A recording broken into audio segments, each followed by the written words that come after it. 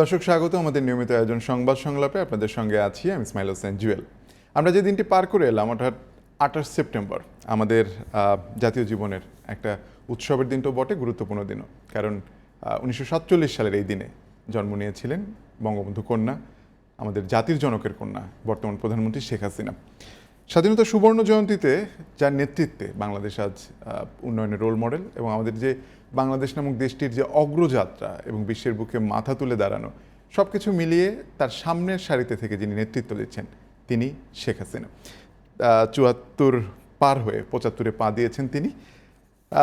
অনুষ্ঠানের পক্ষ থেকে আরও একবার জন্মদিনের শুভেচ্ছা মাননীয় প্রধানমন্ত্রীকে। আমরা আজকের আলোচনার বিষয়টিও তাই রেখেছি, আজকের বাংলাদেশ ও একজন শেখ হাসিনা।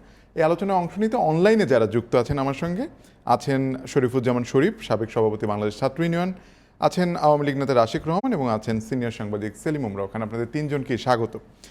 আমরা আজকের আসলে আলোচনার বিষয়টি অনেকটাই একরৈখিক এবং বিষয়টি আমাদের জানা। তারপরও আমরা আজকের দিনে দাঁড়িয়ে, আজকের বাংলাদেশের দিকে দাঁড়িয়ে বুঝতে চাই, জানতে চাই যে একজন শেখ হাসিনা এবং আজকের বাংলাদেশ, এই দুটি জিনিস যে মোটামুটি এখন অপরিহার্য, সেই বিষয়টি বিশ্লেষণ করতে চাই, শুনতে চাই অতিথিদের কাছ থেকে। শুরু করতে চাই রাশিক রহমান আপনাকে দিয়ে। যে শিরোনামটি আসলে উচ্চারণ করেছি যে আজকের বাংলাদেশ এবং একজন শেখ হাসিনা, শুরুটা আসলে কোনো ধরনের প্রশ্ন না, আপনার মূল্যায়নটি দিয়ে শুরু করতে চাই। আপনাকে ধন্যবাদ। প্রথমত শুভ জন্মদিন জননেত্রী শেখ হাসিনা। আমি এই জায়গায় একটা জিনিস উল্লেখ করতে চাই যে আমরা অনেকেই তার জন্মদিনের শুভেচ্ছা জানানোর ক্ষেত্রে তাকে মাননীয় প্রধানমন্ত্রী বলে সম্বোধন করি, কিন্তু আমার জায়গাটা একটু ব্যতিক্রম। আমি মনে করি জননেত্রী শেখ হাসিনা আজকে এমন একটা উচ্চতায়, তিনি প্রধানমন্ত্রী অথবা প্রধানমন্ত্রী নন, তিনি বাংলাদেশের আওয়ামী লীগের সভাপতি অথবা সভাপতি নন। যেই পদেই তিনি থাকুন বা নাই থাকুন, শেখ হাসিনা নিজেই একটা বাংলাদেশের সাথে অনস্বীকার্য একটা বাস্তবতা। অর্থাৎ আমরা যেমন বলি বঙ্গবন্ধু মানে বাংলাদেশ, বাংলাদেশ মানে বঙ্গবন্ধু, আজকে 2021 সালে দাঁড়িয়ে একজন নতুন প্রজন্মের রাজনৈতিক কর্মী হিসাবে আমি দ্যাটহীন কণ্ঠে বলতে চাই যে বঙ্গবন্ধু কন্যা জননেত্রী শেখ হাসিনা মানেই আজকের বাংলাদেশ, এবং আজকের বাংলাদেশ জননেত্রী শেখ হাসিনা। এই যখন বাস্তবতা, তখন জননেত্রী শেখ হাসিনার জন্মদিন উদযাপন করার মানে হচ্ছে বাংলাদেশকে উদযাপন করা।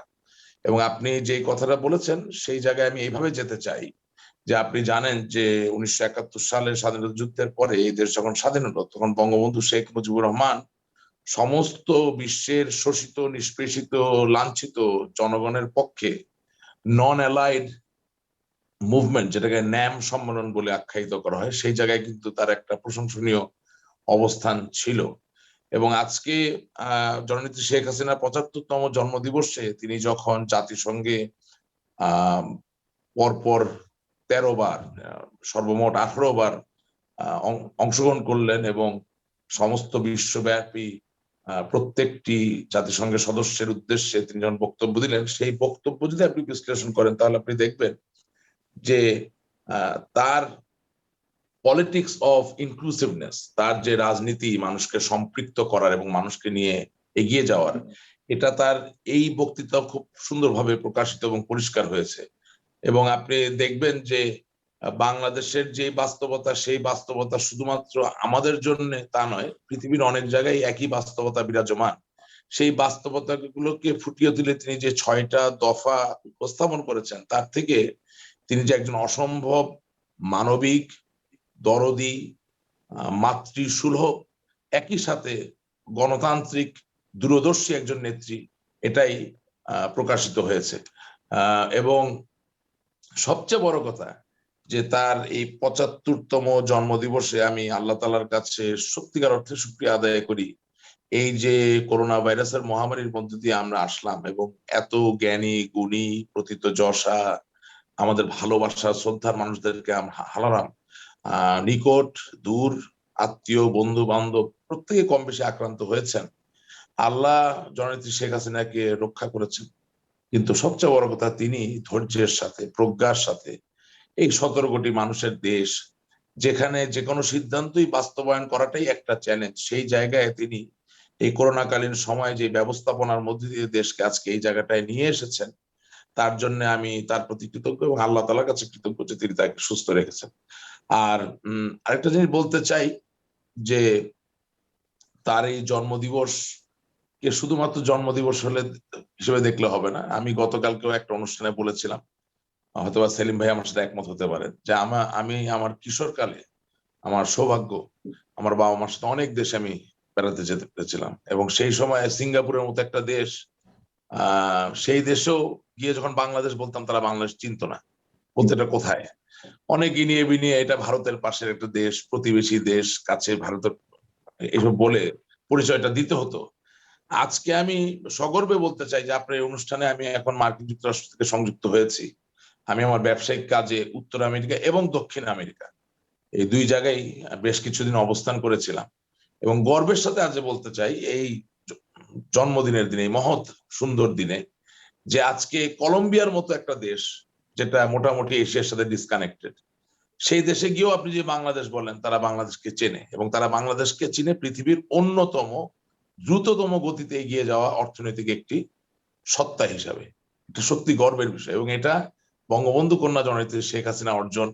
এবং তাই আমি বলতে চাই যে প্রতি বছরের জন্মদিনে তিনি সুস্থ থাকবেন এই আশা করি, তিনি ভালো থাকবেন এবং একটা করে বাংলাদেশের মাইল ফলক রচিত হবে স্পর্শ করবেন, এবং সেটা আমাদের জন্য গর্বের বিষয়। তাশিক রহমান, ফিরবো আবার জনাব শরীফুজ্জামান শরীফ, একজন তরুণ রাজনীতিবিদ আপনি, রাজনৈতিক আদর্শে হয়তো বা আপনার ভিন্ন মত থাকতে পারে, কিন্তু আপনার কাছে যেটা জানতে চাই যে আওয়ামী লীগের নেতৃত্ব, বিশেষ করে ৭৫-এর 15 আগস্টের কলঙ্কিত অধ্যায়ের পর শেখ হাসিনা দেশে ফিরলেন, এবং গণতন্ত্র পুনরুদ্ধার থেকে শুরু করে তিনি যেভাবে রাজনৈতিক বিচক্ষণতার পরিচয় আজ পর্যন্ত দিচ্ছেন, একজন রাজনীতিবিদ হিসাবে তার রাজনীতির মূল্যায়নটি আপনার থেকে শুনতে চাই।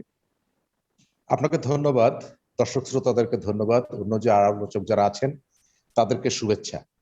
আমিও রাশেক ভাইয়ের মতো অন্য আলোচকদের মতো মাননীয় প্রধানমন্ত্রীর জন্মদিনে তাকে শুভেচ্ছা জানাচ্ছি, এবং লক্ষণীয় ব্যাপার, আমাদের প্রধানমন্ত্রীর কিন্তু একটি মাত্র জন্মদিন, সেই দিনটি আমরা পালন করছি, যে তার দলের নেতাকর্মী, তার অনুসারীরা, তার দেশের মানুষ সেটি পালন করছে।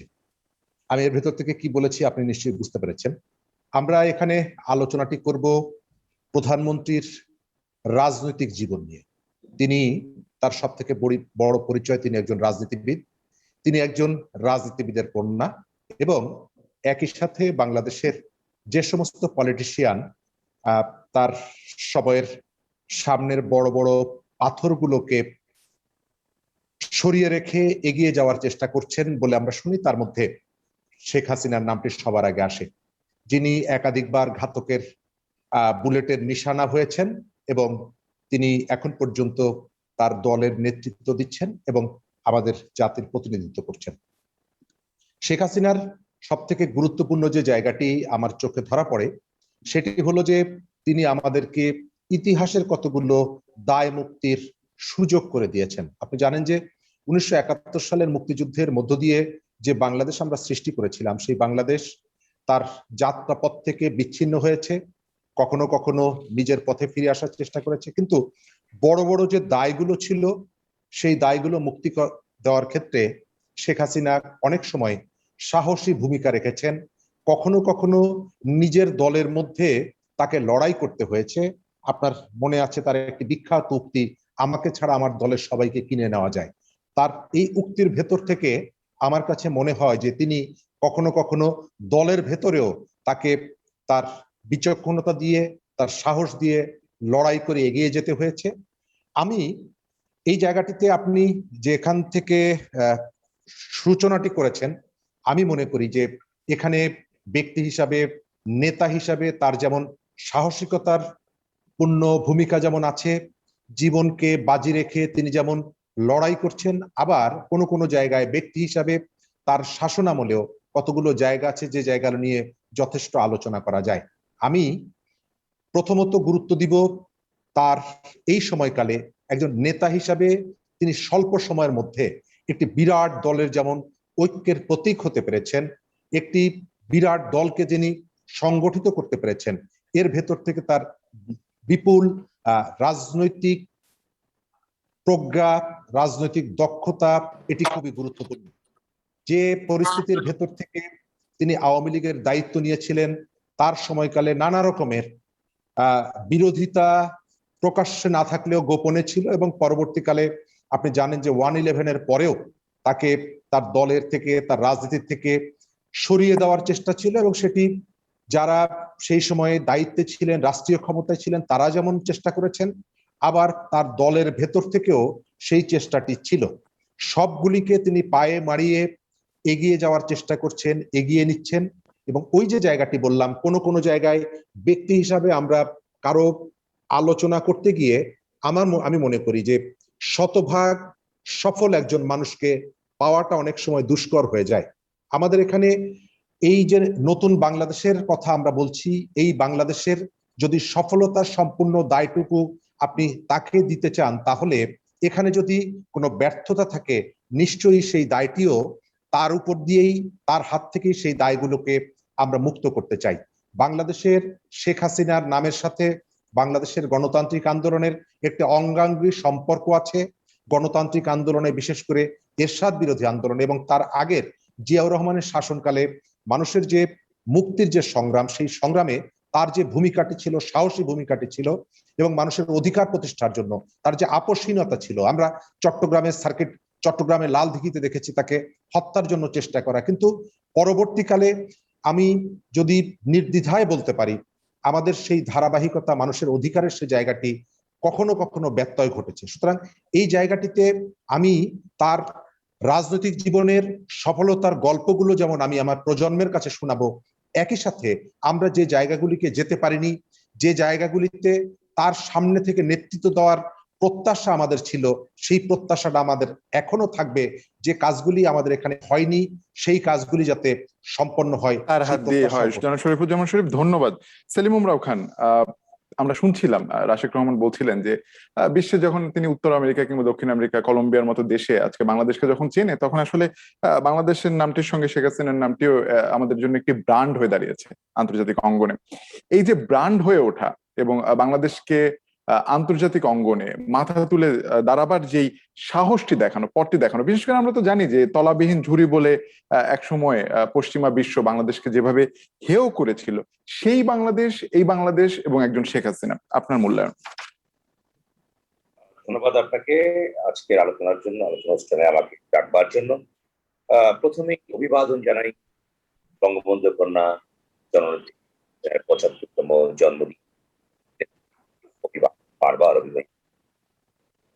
আসলে এমন একটি প্রশ্ন করেছেন মূল্যায়ন অপেক্ষা রাখে আজ বঙ্গবন্ধু কন্যার 75তম জন্মদিন। একটি সময় জাতির জন্য বঙ্গবন্ধু শেখ মুজিবুর রহমান, আপনি জানেন যে যখন 72 ফিরে আসছে, আর্টিকেল যেখানে বঙ্গবন্ধু এবং বাংলাদেশের সমর্থক হিসেবে বলা হয়েছে, এবং 1981 সালে 17 মে যখন জাতির জন্য বঙ্গবন্ধু শেখ মুজিবুর রহমানের কন্যা আজকের প্রধানমন্ত্রী জননেত্রী শেখ হাসিনা যখন ফিরে আসে, তখন দৈনিক বাংলার যিনি সম্পাদক ছিলেন এবং যিনি ইতিহাস রচনা করেছেন, ধারাবাহিক ইতিহাস রচনা করেছেন, মুক্তিযুদ্ধের ইতিহাস রচনা করেছেন কবি হাসান হাফিজুর রহমান, তিনি বলেছিলেন আপনি তো বাংলাদেশ, বলেছেন আপনি বাংলাদেশ। এবং সেটি আজকে প্রমাণিত হয়েছে, প্রমাণিত করার চেষ্টা। আপনি জানেন যে রাষ্ট্র ঠিক বলেছে, একটি সময় কিন্তু বাংলাদেশ রাষ্ট্রকে ছিল না। আমেরিকা তো দূরের কথা, নিকট প্রাচ্যের দেশগুলো কিন্তু বাংলাদেশের নাম জানতো না, কেমন একটি অতি দরিদ্র দেশ করতো বা তারা। কিন্তু প্রধানমন্ত্রী শেখ হাসিনা বঙ্গবন্ধু কন্যা 96 সালে ক্ষমতায় আসলেন, তারপরেই কিন্তু বাংলাদেশের ব্র্যান্ডিংটা, এই ব্র্যান্ডিংটা কি? আপনি জানেন যে পার্বত্য চট্টগ্রাম এলাকায় শান্তি প্রতিষ্ঠার যে প্রক্রিয়া তিনি সম্পন্ন করেছেন, তার ভিত্তিতে তিনি ব্র্যান্ডিং করেছেন, এবং ভারতের সঙ্গে গঙ্গা পানি চুক্তি করে তিনি ব্র্যান্ডিং হয়েছেন। পরবর্তী পর্যায়ে তার দীর্ঘকালের যে গণতান্ত্রিক সংগ্রামের ভিতর দিয়ে অগ্রসর হয়েছে, এ ব্যাপারে বিদেশি নানা পত্রিকায় কিন্তু এই প্রধানমন্ত্রী শেখ হাসিনা, জননেত্রী শেখ হাসিনাকে বিভিন্ন কাভারেজ ছাপা হয়েছে এবং তাকে হয়েছে। এবং যখন প্রাচ্যের ডটার বলা হতো জুলফিকার আলী ভুট্টোর মেয়েকে, তখন কিন্তু প্রধানমন্ত্রী শেখ হাসিনা ওই নামের সঙ্গে কিন্তু সমর্থন পেয়েছিলেন যে তিনি পরিবর্তন ঘটাবেন। এই পরিবর্তনের সূচনা করেছিলেন 96 সাল, সেই পরিবর্তনের সূচনা করেছিলেন। পরবর্তী পর্যায়ে আবার ক্ষমতায় আসে, অর্থাৎ পরে নির্বাচনের ভিতর দিয়ে ক্ষমতায় আসে, একটি বহুমাত্রিকতার। সেই বহুমাত্রিকতাটা কি? এই বহুমাত্রিকতা হচ্ছে অর্থনৈতিক উন্নয়নের যে ধারা। আপনি জানেন যে আজকে 2012 সালে ওয়ার্ল্ড স্ট্রিট একটি আর্টিকেল লেখা হয়েছিল, যেখানে বলা হয়েছিল হচ্ছে উন্নয়নের রোল মডেল, এবং তার যে যে অর্থনৈতিক পলিসি যেগুলো অ্যাডাপ্ট করেছেন সে দেশে গবেষণা হচ্ছে, কাজ হচ্ছে সেগুলো বিজ্ঞান। এবং বাংলাদেশকে করোনাকালীন সময়ে কিন্তু গত এক বছর বাংলাদেশ জাতিসংঘের যে বিভিন্ন ইন্ডেক্স, সেখানে কিন্তু বাংলাদেশ অনেক উপরের দিকে তার ইন্ডেক্স রয়েছে, ইন্ডেক্স সহ অন্যান্য যে সূচকগুলো রয়েছে সেখানে কিন্তু বাংলাদেশ, এ কারণেই বাংলাদেশ পরিচিত হয়েছে যে বাংলাদেশ অত্যন্ত দ্রুত অগ্রসর একটি দেশ, সকল একটি দেশ, যার ফলে এই কৃতিত্ব বঙ্গবন্ধু কন্যা জন্মটি, এবং এই জন্যই তাকে বলা হয় তিনি হচ্ছে বাঙালি জাতির আলোর দিশা।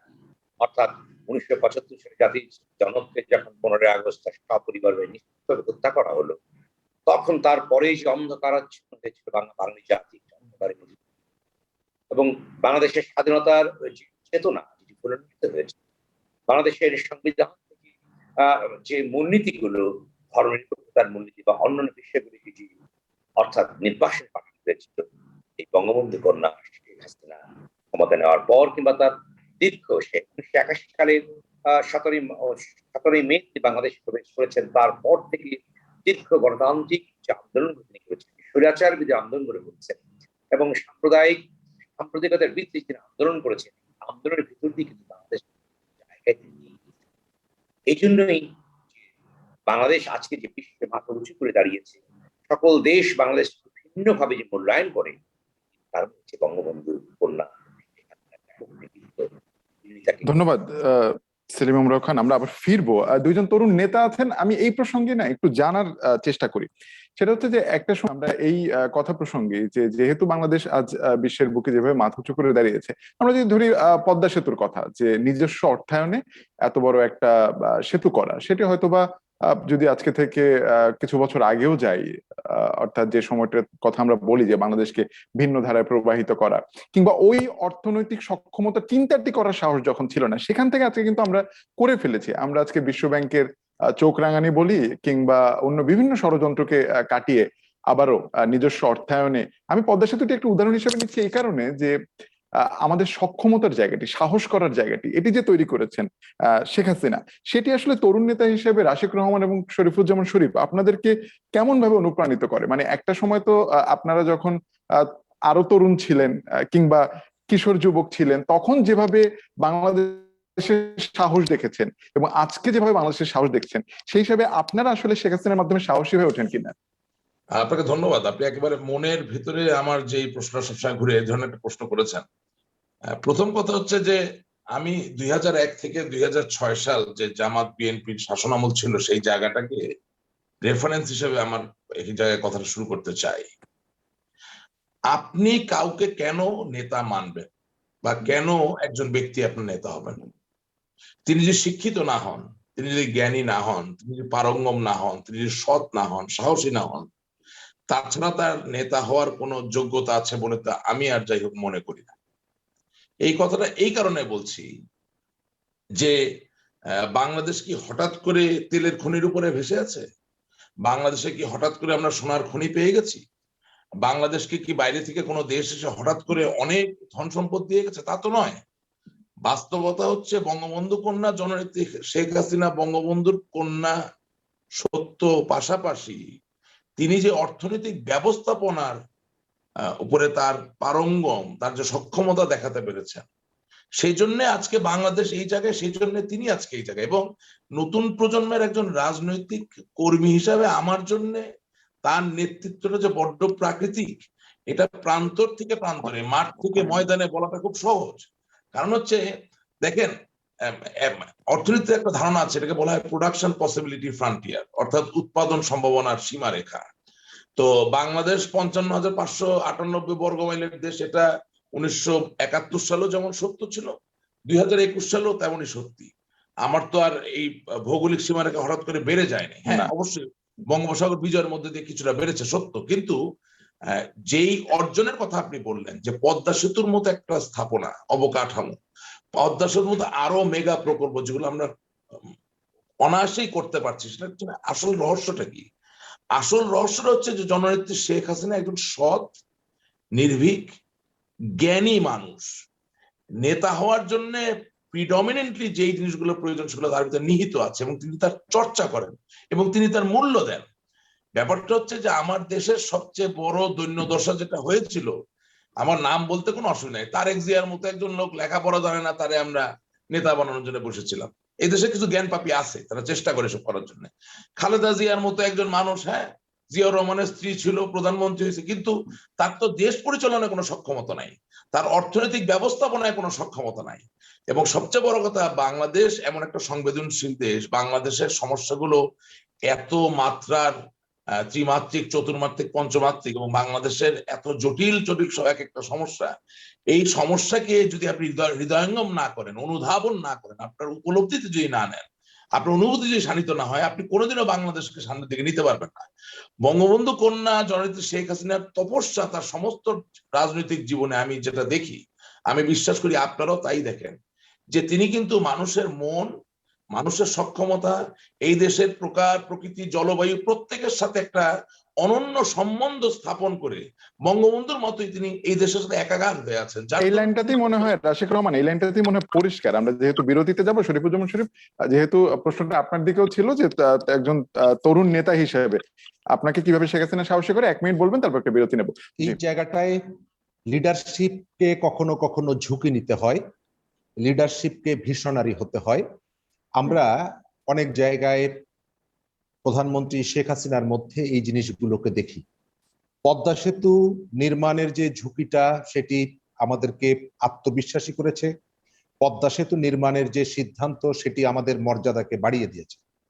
আপনি জানেন যে বাংলাদেশকে ঘিরে নানা রকমের চক্রান্ত, নানা রকমের চক্র এখানে নানাভাবে কাজ করার চেষ্টা করে, কিন্তু কখনো কখনো আমরা তাদেরকে পরাস্ত করতে পারি, আবার কখনো কখনো তাদের সাথে আমাদেরকে আত্মসমর্পণ করতে হয়, অথবা তাদের সেই ষড়যন্ত্রকে মেনে নিয়েও আমাদেরকে চলতে হয়।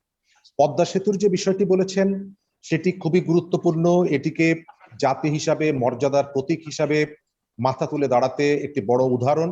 আপনি একজন রাজনীতিবিদের জীবনের নানা রকমের বাঁক থাকে, আমি এই বাঁকের মধ্যে সফলতার স্টোরিগুলো যেমন থাকে, কতগুলো ব্যর্থতার জায়গাও থাকে। আপনি অবশ্যই যখন একজন পলিটিশিয়ান, একজন রাজনীতিবিদের জীবন নিয়ে বিশ্লেষণ করবেন, সেখানে সফলতার গল্পগুলো যেমন মানুষকে উদ্বুদ্ধ করার জন্য আপনাকে মানুষের সামনে নিয়ে যেতে হবে, আবার সেই জায়গায় যদি কোনো ব্যর্থতার জায়গা থাকে, কোনো অপ্রাপ্তির জায়গা থাকে, সেই বিষয়গুলোকে যদি আপনি স্পর্শ না করেন, বাইপাস করে চলে যান, তাহলে সেটি হয়ে যায় ভক্তিবাদের জায়গা। আমরা নিশ্চয়ই রাজনীতিবিদদেরকে ভক্তিবাদের জায়গা আমি নিয়ে যেতে চাই না। আমি যেটা বলতে পারি, এই জায়গাটিতে আমাদের অনেক কিছু করার এখনো সুযোগ আছে, সম্ভাবনা আছে। ত্রুটি যদি কিছু থেকে থাকে, ত্রুটি নেই, এটি নিশ্চয়ই আমরা যাকে নিয়ে আলোচনা করছি তিনি নিজেও স্বীকার করবেন না। তিনি নিজেও তার কাজের ভেতর থেকে অবশ্যই, তাকে যদি বলতে বলা হয়, তিনি কতগুলো জায়গায় তার অতৃপ্তির কথাগুলো বলবেন। সুতরাং আমরা আমাদের আলোচনার মধ্যে সেই বিষয়গুলো নিয়ে আসব।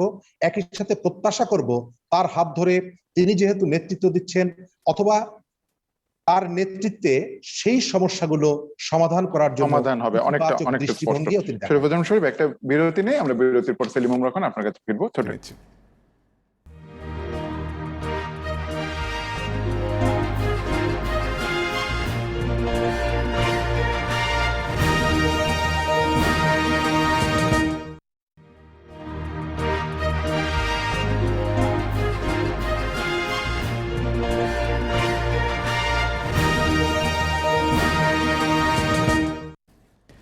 দর্শক, আরো একবার স্বাগত আমাদের নিয়মিত আয়োজন সংবাদ সংলাপের সাথে আছে ইসমাইল হোসেন জুয়েল। অনলাইনে যুক্ত আছেন বাংলাদেশ ছাত্র ইউনিয়নের সাবেক সভাপতি শরীফুজ্জামান শরীফ, আছেন সিনিয়র সাংবাদিক সেলিম উমরা খান এবং আওয়ামী লীগ নেতা রাশিক রহমান। বিরতির আগে আমরা যে বিষয়টি নিয়ে আলোচনা করেছিলাম, এবং আজকের মূল আলোচনায় যে বিষয় নিয়ে আমরা জানি যে দিনটি পেরিয়ে এসেছি, আমাদের প্রধানমন্ত্রী শেখ হাসিনার জন্মদিন ৭৫তম, সেটি নিয়ে আমরা আলোচনা করেছিলাম। আজকের বাংলাদেশ ও একজন শেখ হাসিনা, বিরতির আগে অনেকখানি আলোচনা হয়ে গেছে। এই অর্ধে যে আলোচনাটি করতে চাই জনাব সেলিম উমরা খান, আমরা বাংলাদেশকে উন্নয়নের রোল মডেল হিসেবে পরিণত করা কিংবা অগ্রযাত্রার যে জায়গাটি, সবগুলো নিয়ে আলোচনাটি করতে পারি এবং এটি তো আমাদের সামনে প্রকাশ্য। কিন্তু একটি বিষয় আপনার কাছে শুনতে চাই, সেটি হচ্ছে যে আন্তর্জাতিক অঙ্গনে একজন বাংলাদেশের একজন নেতা, বাংলাদেশের প্রধানমন্ত্রী, তিনি যখন কথা বলছেন তিনি আসলে পুরো বিশ্বের, বিশেষ করে এবার জাতিসংঘে তার ভাষণে 6টি প্রস্তাবনা তিনি যেভাবে দিয়েছেন একদম সুনির্দিষ্ট, এবং এই 6টি প্রস্তাবনার মধ্যে অধিকাংশই যেগুলো হচ্ছে গিয়ে পুরো বিশ্বের, আমরা দেখেছি জলবায়ু নিয়ে তিনি কথা বলেছেন অভিবাসী নিয়ে কথা বলেছেন, এই করোনা সংকটে শিক্ষা ব্যবস্থা নিয়ে। সুতরাং এই যে বাংলাদেশের নেতা থেকে বিশ্ব নেতা হয়ে ওঠা, সেই জায়গাটি যদি একটু বলতেন।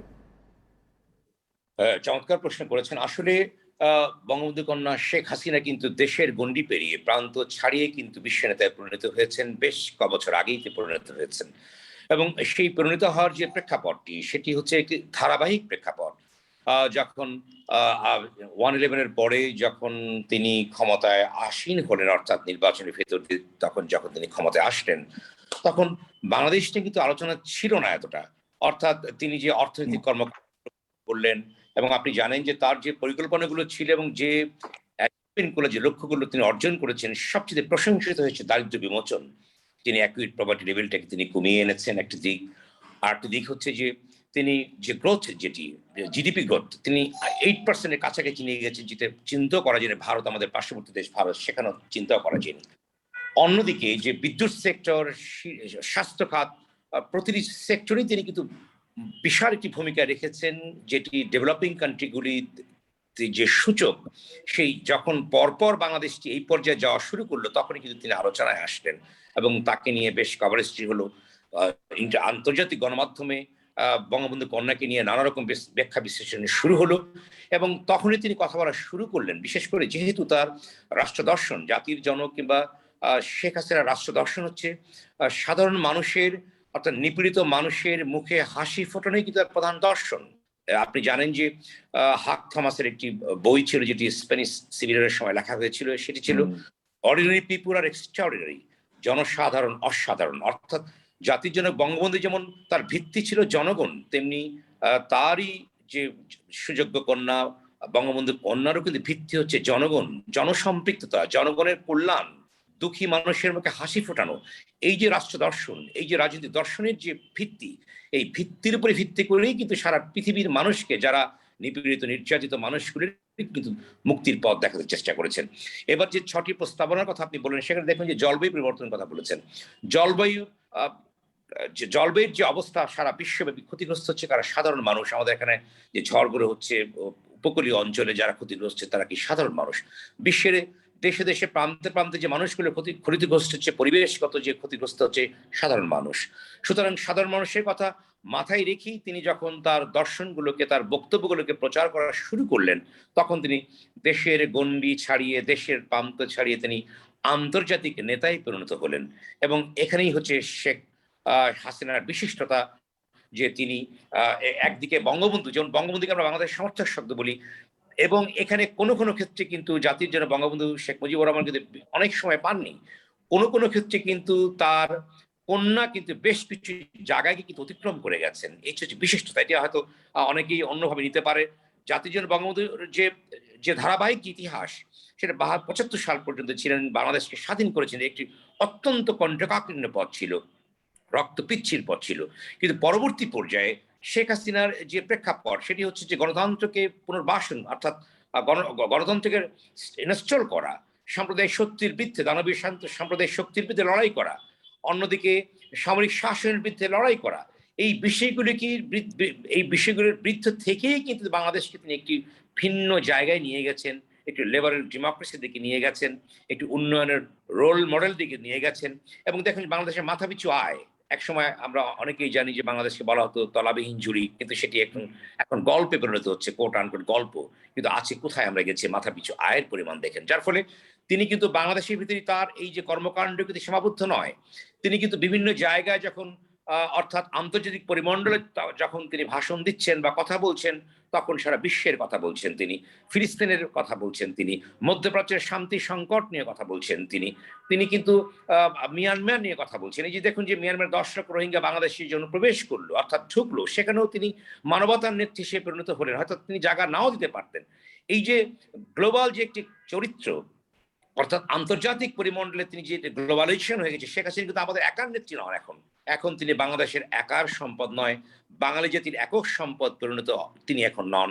এখন তিনি সারা বিশ্ব সংস্থার সম্পদ, বিশ্ব মানুষের সম্পদ, অর্থাৎ আন্তর্জাতিক সম্পদে পরিণত হয়েছেন। তার যে দর্শন, রাষ্ট্র দর্শন, গরিব মানুষের মুক্তির যে দর্শন, এই দর্শনের কারণেই কিন্তু তিনি নিঃসন্দেহে এটি বাঙালি হিসেবে আমাদের জন্য নিঃসন্দেহে গর্বেরও বিষয়।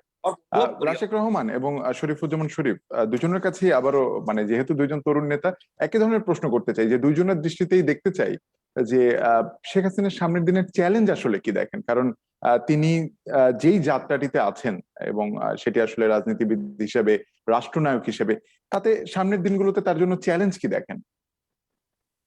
দেখেন, প্রথম কথা হচ্ছে যে নেত্রীর সামনে যে চ্যালেঞ্জ গুলো, সেগুলো শুধু নেত্রীর চ্যালেঞ্জ নয়, এগুলো বাংলাদেশের জন্য চ্যালেঞ্জ বটে। প্রথম একটি সমস্যা হচ্ছে যে এটা এখনই দেখা যাচ্ছে, আগামী দিনে এটা আরো প্রগাঢ় হবে, যে যারা আসলে সত্যিকার অর্থে আওয়ামী লীগ করেন, কারণ একটা রাজনৈতিক শক্তির সাথে নিয়েই তো দেশ পরিচালনা করতে হয়, যারা আওয়ামী লীগ করেন তাদের থেকেও যারা আওয়ামী লীগ করতেন না বা করেন না, তারা এখন অনেক বড় আওয়ামী লীগের হয়ে গেছেন।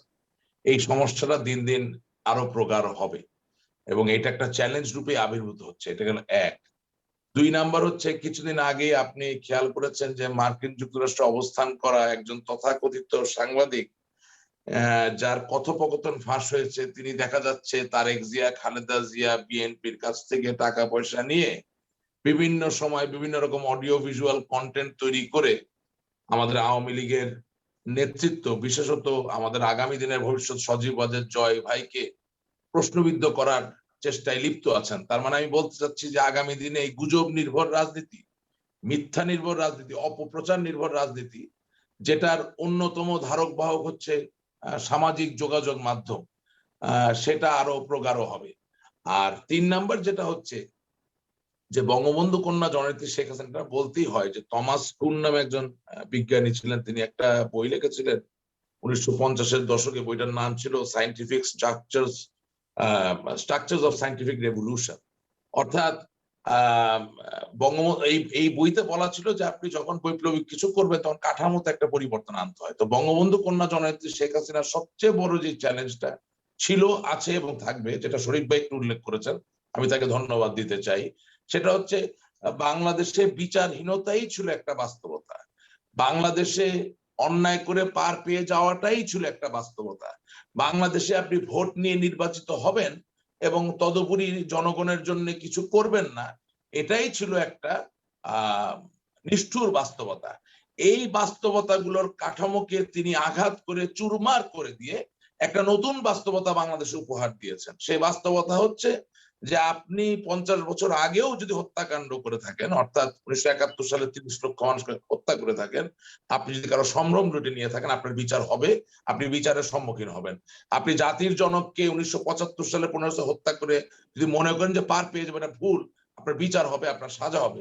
একই ধারাবাহিকতায় আরো যত হত্যাকাণ্ড হয়েছে, বিচারহীনতা সংস্কৃতিকে দূর করার মধ্যে তিনি এই বাস্তবতা পরিবর্তন করেছেন। দ্বিতীয়ত, রাজনীতি কেন, ভোটের রাজনীতি কেন, গণতন্ত্র কেন? যদি গণতন্ত্রের চর্চা করে আপনার যে মানুষটি আপনাকে অনুসরণ করেন অথবা করেন না, কিন্তু আপনার গণতান্ত্রিক প্রক্রিয়া অংশগ্রহণ করেন, তার ঘরের রান্নাঘরের হাড়িতে যদি গুণগত পরিবর্তন না আসে, তাহলে সেই রাজনীতির কোনো মানে থাকতে পারে না। বঙ্গবন্ধু কন্যা জননেত্রী শেখ হাসিনা ওই রাজনীতি করেন যে রাজনীতিতে ঘরের ভিতরে অন্ধকার দূর হয়েছে, যেই রাজনীতিতে ঘরের ভিতরে রান্নাঘরের হাড়ির গুণগত মানের পরিবর্তন হয়েছে। সুতরাং এই যে কাঠামোতে তিনি আঘাত হেনেছেন, এই আঘাত হানার বিরুদ্ধে যারা আছেন, যাদের স্বার্থহানি হয়েছে, আগামী দিনে তারা আরো শক্তিশালী হওয়ার চেষ্টা করবে, আরো সংঘবদ্ধ হওয়ার চেষ্টা করবে, আরো সুসংগত হওয়ার চেষ্টা করবে। এবং সবচেয়ে বড় যে চ্যালেঞ্জ, এই চ্যালেঞ্জটা বঙ্গবন্ধু এটার সম্মুখীন হয়েছিলেন। এবং সেলিম ভাই যে জায়গায় কথাটা বললেন, একেবারে ওনার সাথে একমত হয়ে বলতে চাই যে অনেক ক্ষেত্রে বঙ্গবন্ধু কন্যা জননেত্রী শেখ হাসিনা বঙ্গবন্ধু যে সুযোগটা পান নাই, তাকে হত্যা করা হয়েছিল, সেই যে সুযোগটি পান নাই সেই জায়গায় তিনি সফল হয়েছেন। সেটা হচ্ছে, এইভাবে বলতে চাই যে বাংলাদেশের সবচেয়ে বড় চ্যালেঞ্জ 1971 সালে ছিল উইলিয়াম শেক্সপিয়ারের ভাষায়, to be or not to be, that is the question. আপনি হবেন কি হবেন না, আছেন কি নাই, এই হলো সবচেয়ে বড় প্রশ্ন। এবং সেই জায়গা থেকে বাংলাদেশ সৃজিত হয়েছে, এটাই বাস্তবতা। এবং বাংলাদেশের সৃজনটা ছিল একটা বৃদ্ধাঙ্গুলি প্রদর্শনী সাম্রাজ্যবাদী শক্তির বিরুদ্ধে। অর্থাৎ পৃথিবীর অসহায় মানুষের কাছে সঠিক নেতৃত্ব থাকলে, সঠিক আদর্শ স্পৃহা থাকলে, তারাও পারে ঘুরে দাঁড়াতে, তারা পারে নিজস্ব বাজার তৈরি করতে, বাজার সৃজন করতে, নিজের ভাগ্য পরিবর্তন করতে। সেই জায়গায় যখন বাংলাদেশকে দ্বিতীয়বার পরাজিত করা হলো, সেই জায়গা থেকে জননেত্রী শেখ হাসিনা যখন বাংলাদেশকে সামনের দিকে এগিয়ে নিয়ে যাচ্ছেন, তখন আমাদের আশেপাশে অনেক পরাক্রমশালী শক্তি আছে, মার্কিন যুক্তরাষ্ট্র আছে, চীন আছে, রাশিয়া আছে, ভারত আছে। সকলের মাঝে একটা সৌহার্দ্যপূর্ণ ভারসাম্য বজায় রেখে বাংলাদেশকে তার নিজস্ব জায়গায় দাঁড়া করানো, এবং ওই যে 2041 সালে উন্নত বাংলাদেশের যে স্বপ্ন বঙ্গবন্ধু কন্যা জননেত্রী শেখ হাসিনা আমাদেরকে দেখিয়েছেন, সেই জায়গাটাকে একেবারে সিমেন্টেড, অর্থাৎ নিশ্চিত করার যে ব্যাপার, এটাই হবে সবচেয়ে বড় চ্যালেঞ্জ। অনেক ধন্যবাদ রাশিদ রহমান। আমরা শরীফুজ্জামান শরীফের কাছে যাই একটু। সেটা হচ্ছে যে শরীফুজ্জামান, আমার বলেন। জি, আপনি যদি চ্যালেঞ্জের জায়গাটাতে কিছু যোগ করেন শরীফুজ্জামান শরীফ। চ্যালেঞ্জের জায়গা আমার কয়েকটি জায়গা আছে। একটা হচ্ছে যে আমরা আলোচনা করছি একজন পলিটিশিয়ানকে নিয়ে, তার সাথে ইন্টারন্যাশনাল পলিটিক্সের যেমন সম্পর্ক আছে, রিজিওনাল পলিটিক্সের ইম্প্যাক্ট আছে, ডোমেস্টিক পলিটিক্সেরও ইম্প্যাক্ট আছে। আপনি যদি বলেন যে এই মুহূর্তে জাতিসংঘের অধিবেশনে যে আলোচনাগুলো হয়েছে, প্রধানমন্ত্রীর যে বক্তব্য, আমার কাছে কতগুলো জায়গায় আমি বলবো যে একেবারে নিরপেক্ষ দৃষ্টিতে আমার কাছে ভালো লেগেছে। বিশেষ করে টিকা নিয়ে তার যে বক্তব্যটি, সারা পৃথিবীতে টিকা বাণিজ্যর যে বিষয়টি আছে, সেই টিকা বাণিজ্যের বিরুদ্ধে এবং এই বাণিজ্যের সাথে পৃথিবীর বড় বড় শক্তিগুলো জড়িত, সেখানে তিনি ন্যায্যতার কথা বলেছেন, সমতার কথা বলেছেন। তিনি বলেননি যে আমার বিদেশ যখন ছিলাম তখন আমার মনে ছিল না। তিনি কিন্তু জাতিসংঘে দাঁড়িয়ে রোহিঙ্গাদেরকে প্রত্যাবাসনের বিষয় বলেছেন। যদিও এই রোহিঙ্গাদেরকে বাংলাদেশে বর্ডার উন্মুক্ত করে দিয়েছিলেন তার সময়, তার সরকারি সিদ্ধান্তটি যৌক্তিক ছিল। আবার গত দীর্ঘ সময় ধরে আমরা তাদের একজনকেও ফেরত দিতে পারিনি। এর যেমন আন্তর্জাতিক সম্প্রদায়ের উপরে আমরা দোষ চাপাতে পারি, আমাদের কূটনৈতিক ব্যর্থতাও এটি অস্বীকার করা যাবে না। চ্যালেঞ্জের জায়গাটি যদি আপনি বলেন, আমাদের দেশে গণতান্ত্রিক ব্যবস্থায় গণতন্ত্রকে কাঠামোগত জায়গায় নিয়ে যাওয়ার ক্ষেত্রে একটি বড় চ্যালেঞ্জের মুখে রয়েছে, সেটি হচ্ছে বাংলাদেশের মানুষের ভোটাধিকারের যে ইস্যুটি, এটি একটি গুরুত্বপূর্ণ বিষয়। আমি বাংলাদেশ আওয়ামী লীগ, যাদের জন্ম এবং পথ চলা মানুষের অধিকারের সাথে অঙ্গাঙ্গিভাবে জড়িত, এটি আমরা অন্য দল করলেও স্বীকার করি, কিন্তু সেই জায়গাটা আওয়ামী লীগের শাসনামলে এসে এই জায়গায় একটি বড় ব্যত্যয় রয়েছে। আমাদের বাংলাদেশের যে উদীয়মান অর্থনীতি এবং যে বিকাশমান প্রভাব, সেটিকে কেন্দ্র করে পরাশক্তিগুলোর একটা প্রতিযোগিতার কেন্দ্রে আমরা নানা সময় বাংলাদেশ চলে আসে। এই পরাশক্তির মধ্যে এদের মধ্যে কেউ কেউ কখনো কখনো নির্দয় এবং নিষ্ঠুর আচরণও করেছে, আমরা দেখেছি। এই শক্তিগুলোর সাথে একটা সমন্বয় বজায় রেখে সমন্বিতভাবে এবং এই ভারসাম্য রক্ষা করার একটি গুরুত্বপূর্ণ জায়গা, এটি খুবই গুরুত্বপূর্ণ।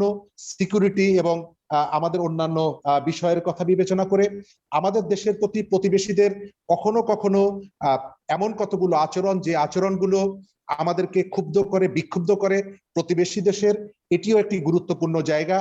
আপনি আন্তর্জাতিক জাতীয় পর্যায়ে হত্যা, খুন ইত্যাদির বিপরীতে যে সুশাসনের কথা বলছেন, তাদেরকে আসামির কাঠগড়ায় দাঁড় করার কথা বলছেন, জাতির যে দায় মুক্তির কথা বলছেন, ব্যক্তি পর্যায়েও কিন্তু এই ধরনের বিচারহীনতার অনেকগুলি বিষয় আমাদের সামনে চলে আসছে। আপনি যদি শুধুমাত্র জাতীয় পর্যায়ে বড় বড় ঘটনাগুলিকে এই বিচারহীনতার বাইরে নিয়ে আসতে পারেন, তাহলে ব্যক্তি পর্যায়ে যে বিচারহীনতার ঘটনাগুলো ক্রমশই ঘটছে, সেগুলোকে যদি আপনি নিরসন না করেন, তাহলে জাতীয় পর্যায়ে আপনাদের যে উদ্যোগগুলো, সেটি প্রান্তিক মানুষের কাছে, জনগণের কাছে সেই ধরনের উপযোগিতা সৃষ্টি করে না, আগ্রহ সৃষ্টি করে না।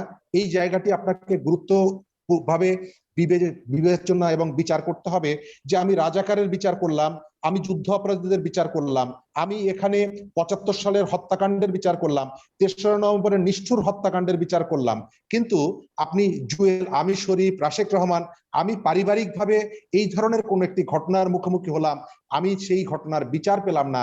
আমার মনের মধ্যে যে ক্ষোভ তৈরি করে, জাতীয় পর্যায়ের ওই উদ্যোগগুলো সেই ক্ষোভ নিরসনে কোনো ভূমিকা রাখে না।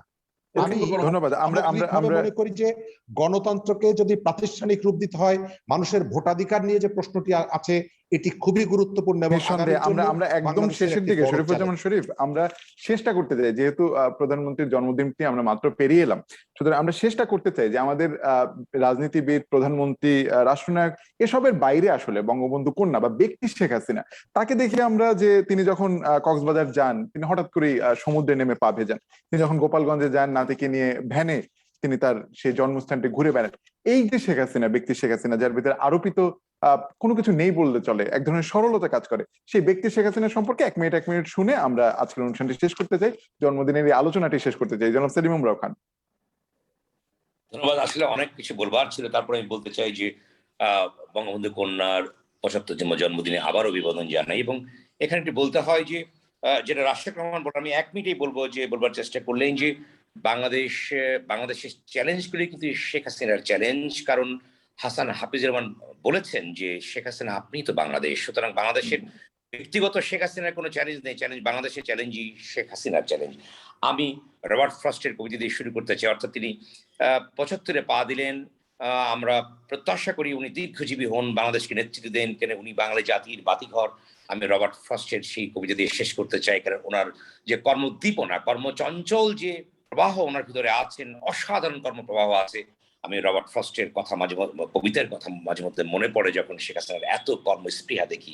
বলতে হয়, The woods are lovely, deep and dark, but I have promises to keep, miles to go before I sleep, miles to go before I sleep. Sharifuzzaman শরীফ, আমার তার যে ব্যক্তিগত আচরণগুলোর কথা বলেছেন, আমাকে মাঝে মাঝে এগুলোকে মুগ্ধ করে। একজন নেতাকে বা একজন রাজনীতিবিদকে মানুষের ভাষা বুঝতে হয়, মানুষের মনের কথা বুঝতে হয়, এবং সেই মানুষের মনের কথা অনুধাবন করে তার এই যে ব্যবহার, আপনি যে উদাহরণগুলো দিলেন, এগুলো অবশ্যই অনুকরণীয়। একই সাথে রাশেক ভাই একটি জায়গা বলেছেন, এটি খুবই গুরুত্বপূর্ণ, তার দল ইতিমধ্যেই বাংলাদেশের মানুষের কাছে বিভিন্ন জায়গায় অনেকগুলো দুঃখজনক ঘটনার ইতিহাস তৈরি করেছে, সেখান থেকে তার দলকে বের করে নিয়ে আসা একটি গুরুত্বপূর্ণ বিষয়। আমরা বলতে চাই, তিনি যে কাজগুলি করছেন রাজনীতিবিদ হিসাবে, তিনি সুস্থতার সাথে, নিরাপদের সাথে তিনি বাংলাদেশকে যেভাবে তার দলকে নেতৃত্ব দিচ্ছেন, গণতান্ত্রিকভাবে তিনি বাংলাদেশকে এগিয়ে নিয়ে যান মানুষের সেন্টিমেন্টকে ধারণ করে, সেই প্রত্যাশা করি। মানুষের অভিমত, মানুষের মতামত, গণতান্ত্রিক মূল্যবোধের প্রতি বাংলাদেশ এটিকে সাথে নিয়ে এগিয়ে যাক, সেই প্রত্যাশা। রাশেক রহমান। আজকে জননেত্রী শেখ হাসিনার জন্মদিনে একটা কথাই বলতে চাই, সরলতাই আসলে তার শক্তি। আর তার কর্মোদ্দীপনা বা তার যে কর্মের প্রতি তীব্র ভালোবাসা, এই জায়গাটাকে যদি প্রকাশ করতে হয় তাহলে এভাবে বলা যেতে পারে। এলবার্ট হাবার্ট একটা কথা বলেছিলেন, A machine can do 50 ordinary men's work, but no machine can replace an extraordinary person. অর্থাৎ জননেত্রী শেখ হাসিনা এমন একজন মানুষ, অনন্য সাধারণ মানুষ।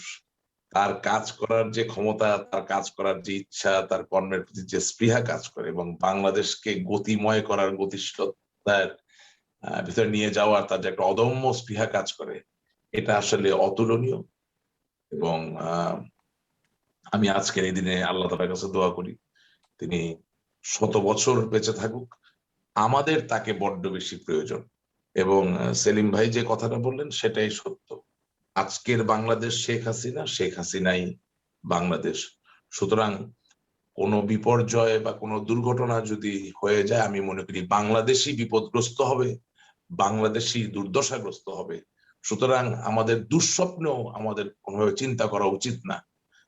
আমি নেত্রী, আপনি ভালো থাকুন, সুস্থ থাকুন, আমাদেরকে নেতৃত্ব দিন, আমরা একটি গৌরবোজ্জ্বল শক্তিশালী দেশের অংশীদার হয়ে মাথা তুলে বাঁচতে চাই।